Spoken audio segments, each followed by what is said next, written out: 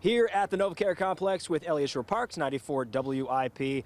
And Eliot, yet another setback for the Philadelphia Eagles. Jalen Carter has a procedure done on both shoulders. Looks like he's going to be out week to week. Definitely out for this Monday night game against the Chargers. Is this a surprise to you?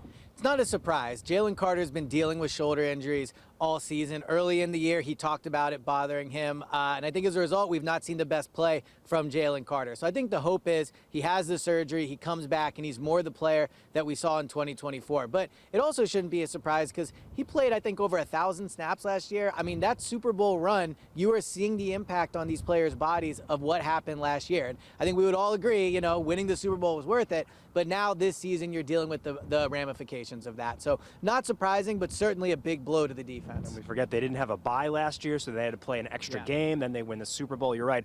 A huge toll being put on the bodies of these players. So do you believe that he'll be ready for the playoffs, because that is what this is happening for? Yeah, I do think he'll play in the playoffs. Now, can he get in time before the playoffs? We'll see. When you're a guy of Jalen Carter's size, spending time off your feet, not playing football, that can really impact you. We saw this year when he missed training camp, it took him a few weeks to get going. Now, unfortunately, he's dealing with another injury. My guess is he probably doesn't play again in the regular season. If he does, it's 1, maybe 2 games. We'll see if they put him on IR. But, yeah, I do think he'll play in the playoffs. The question will be, you know, how do you trade off the shoulder health for missing 5 weeks of playing football heading into the most intense games of the season? Now, what do you believe is the trickle-down effect of perhaps your best defensive player, perhaps your most important defensive player missing crucial time? Yeah, the defense is built around Jalen Carter. The defense is built for Jalen Carter to be great and make everyone else great. Make the rest of the defensive line good. Help Moro Jomo, who now has more pressure on his plate. Help Jordan Davis, who now has more pressure on his plate.